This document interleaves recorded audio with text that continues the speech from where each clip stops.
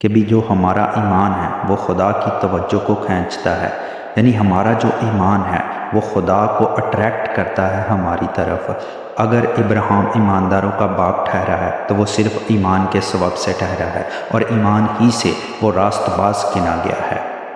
اگر ایلیا ہمیں آسمان کو بند کرتے ہوئے نظر آتا ہے تو وہ صرف ایمان کے وسیلہ سے کرتا ہوا نظر آتا ہے، اور اگر ہنوک آسمان پر زندہ اٹھایا جاتا ہے تو وہ صرف اپنے ایمان کے وسیلہ سے اٹھایا جاتا ہے۔ اور بائبل مقدس میں جتنے بھی ہمیں راست باز ملتے ہیں وہ سارے کے سارے ایمان ہی سے جیتے رہے ہیں۔